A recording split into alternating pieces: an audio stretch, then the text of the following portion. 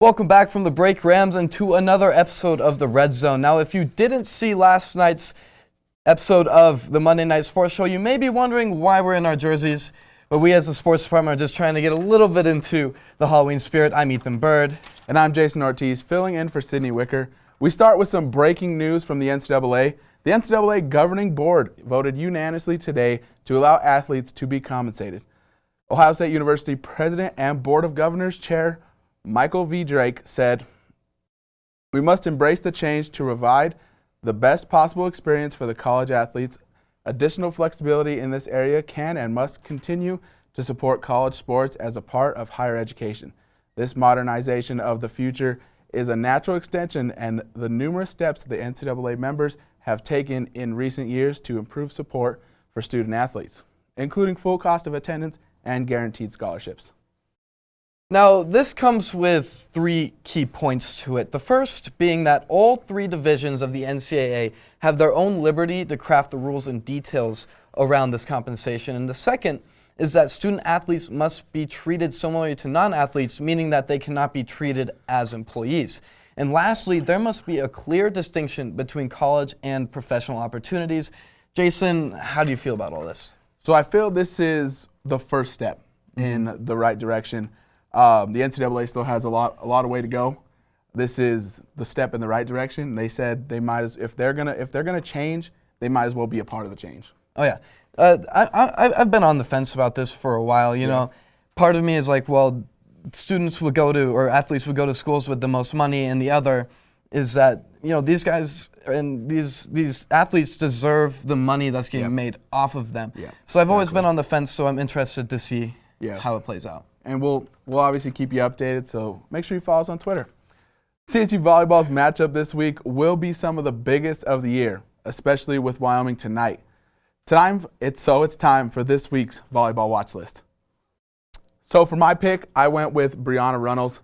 271 kills on the year, 135 digs, 42 blocks, but she did have one of her career low games.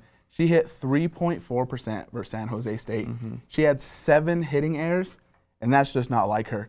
So for the Rams going forward, she's going to need to be a big part of this attack to make sure they can make a deep run in the NCAA tournament. Absolutely, and on the other side of the net from her tonight on Wyoming will be Casey McMahon, who as a sophomore is leading Wyoming's offensive attack with 226 kills and that 20.9 hitting percentage. In order for the Rams to hopefully have a chance tonight, they've got to slow her down, and they are playing right now. The Rams just came away with the first set win 27-25, and they were down 5-0 in that first set, so they battled back like they have been all year. Yeah, and it's good to see them take that first set after being down. But who do you got? So in the Air Force game. In the Air Force game, I'm going to talk about someone that we haven't talked about yet, and I don't think it's as much recognition as I think she should, is Alyssa Burt. Alyssa Burt is a serving specialist and also defensive specialist freshman. She has 28 aces on the season, which leads the team, and that's 0.44 aces per set, which doesn't seem like a lot, but that's higher than the national average. She's also got 41 digs. But the big part about that is Wyoming averages 1.2 receiving serve errors a set. And in order for, I meant Air Force, excuse me. Air Force. And in order for the Rams to really push Air Force out of Moby, she'll have to deliver those aces. Yeah, and on the other side of the net, you got to look at Bailey Keith. The last time they played CSU, she had an abysmal 3.6 hitting percentage, 8 hitting errors. And if she comes to play on Thursday, the Rams are going to have to look out because she leads this team with 2.9 kills per set. And I think that was her lowest of the year.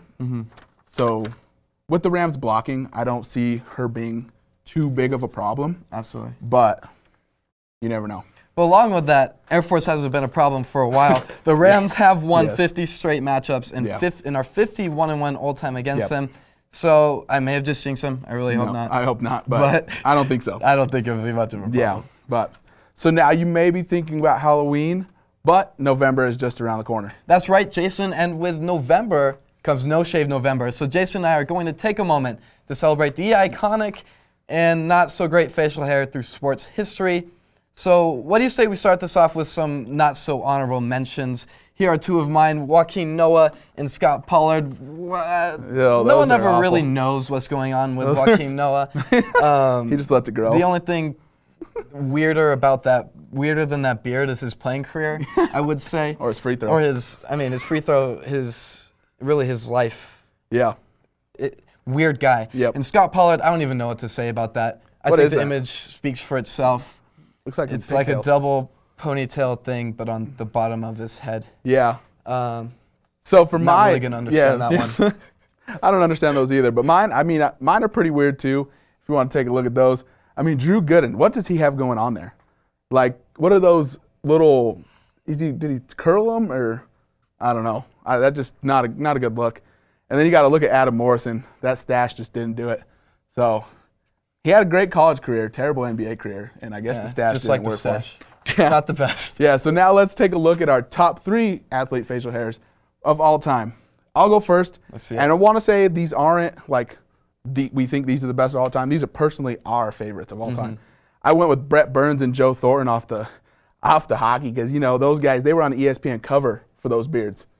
And then you got to go with Raleigh Fingers. That's just the most iconic mustache that I think in all of baseball. Oh, absolutely. And then not a player, but Mike Beltran. That is one of the best beards / mustaches I've ever seen. Sad to say, recently he did cut it, but he did donate it to charity. Well, the charity part is the best. Almost as good as his beard. Nothing can get better than that beard. Now let's take a look at my 3. These are all a lot of sentimental value for me. Jayson Giambi, the big Bambino, the Fu Manchu, the home run hitter, just the guy. He was probably my favorite player when he was on the Rockies. He never really played that great, if I'm going to be honest, but the Fu Manchu stole my heart when I was a kid. And then Tim Howard. It's a perfect. It was like Christmas morning when he signed with the Rapids. Not only was he coming to Colorado, but also we got to see that beard all the time, and it was amazing. That's perfect. Lastly, Gabe Landeskog. Not only probably the cleanest beard in the NHL, but probably the most handsome man in the NHL. He's been Colorado's golden boy for a long time, and that's why he's on my list. Now, Rams, it is time for what we have all been waiting for all night. Jason's Tell Me I'm Stupid debut, and he is taking the lead on this one. So, Jason, please tell me I'm telling you you're stupid tonight. All right, Ethan. So, tell me I'm stupid, but this CSU football team's going to make a bowl game. All right. Just roll my reaction, y'all. Just roll it. Man.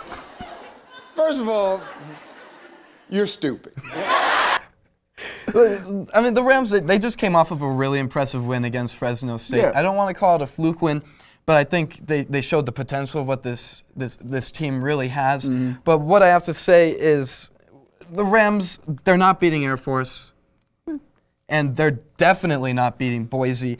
Bobo has lost all 3 meetings against both of those teams, being outscored 121-93 all time against Air Force and 88-51 against Wyoming. They seem to be his kryptonite. I don't see them winning either of those games. Well, I see them winning at least 3 of 4. I will make the pick for 4 for 4 on Triple J Pick'em Challenge every Monday. So, yeah, that's gonna win. They're going to a bowl game. I don't know about Jason. I'd tell you just sleep on it, and maybe you'll wake up in the morning and realize how wrong you are. All right. Well, we'll talk about it later. Well, Rams, that is all the time we have tonight. But to stay updated on all things CSU sports, you can follow us on Twitter and Instagram at sports_CTV. I'm Jayson Ortiz. And I'm Ethan Bird, but make sure to tune in on Thursday to catch James Hall doing Corey's Countdown. Good night, Rams.